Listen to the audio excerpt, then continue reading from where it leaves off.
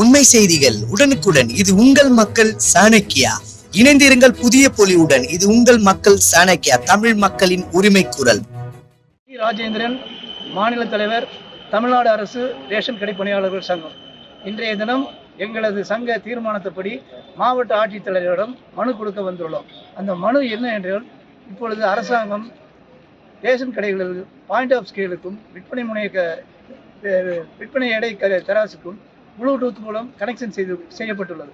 அதில் சரியான அளவில் போட வேண்டும் என்ற ஒரே நோக்கத்திற்காக அரசாங்கம் இதை கடைபிடிக்கிறது. இதை எங்கள் சங்கம் வரவேற்கிறது. ஆனால் எங்களுக்கு நுகர்வோர் மாநில கடைகளுக்கு வர வேண்டிய பொருட்கள் 48 கிலோ, 47 கிலோ, 3 கிலோ, 2 கிலோ வீதம் கம்மியாக வருகிறது. இதை பல தடவை எடுத்து சொல்லியும் இதுவரை நடைமுறை இல்லை.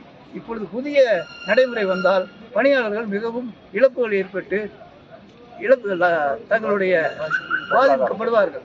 மேலும் இதன் மூலம் பணியாளர்களுக்கும் வேலை சுமை அதிகம், பொதுமக்களுக்கும் கால விரயம். ஒரு நாளைக்கு 20 கார்டு 30 கார்டு தான் வழங்க முடியும்.